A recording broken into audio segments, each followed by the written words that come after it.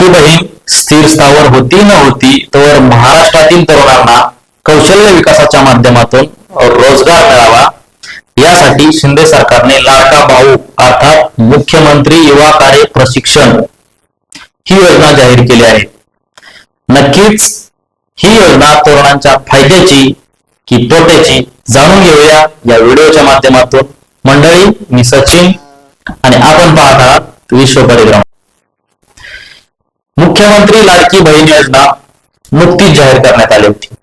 यामध्ये प्रत्येक माता भगिनींना महिन्याला 1,500 रुपये मिळणार होते.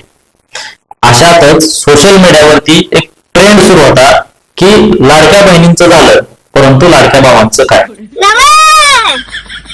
सरकार आपली लाडकी बहिणीची योजना लय फार्मस आहे, भावाचं काय. याच वेळी मुख्यमंत्री एकनाथजी शिंदे यांनी लाडका भाऊ अर्थात मुख्यमंत्री युवा कार्य प्रशिक्षण योजना ही योजना जाहीर केली. यामध्ये महाराष्ट्रातील प्रत्येक बेरोजगार तरुणांना सरकार रोजगार उपलब्ध करून देणार आहे.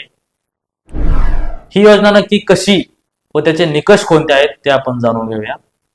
ही योजना फक्त 6 महिन्यांकरता राबवण्यात येणार आहे. यासाठी तो तरुण महाराष्ट्राचा रहिवासी असावा. वय 18 ते 35 वर्ष वयोगटातील तरुण या योजनेसाठी पात्र असणार आहे. यामध्ये 12वी झालेल्या तरुणाला महिन्याला 6,000 रुपये, डिप्लोमा झालेल्या तरुणाला महिन्याला 8,000 रुपये आणि ग्रॅज्युएशन झालेल्या तरुणाला महिन्याला 10,000 रुपये मिळणार आहेत. यासाठी तरुणांना rozgar.mahaswayam.gov.in या वेबसाईटवरती नोंदणी करावी लागणार आहे.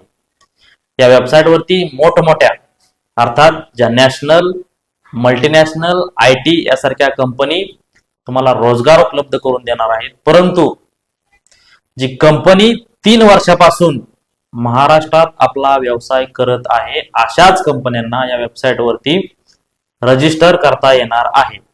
अशातच सरकारने घातलेल्या काही अटी व शर्ती, त्यामुळे इथे काही प्रश्न निर्माण होतात की महाराष्ट्रामध्ये मोठमोठ्या कंपन्यांचं जाळं हे पुणे, मुंबई, ठाणे, नाशिक, छत्रपती संभाजीनगर यांसारख्या मोजक्याच शहरात उपलब्ध आहे.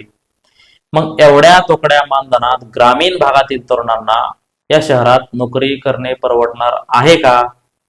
मग खरंच ही योजना महाराष्ट्रातील तरुणांना उपयुक्त ठरेल का? याबद्दल तुम्हाला काय वाटतं? नक्कीच आम्हाला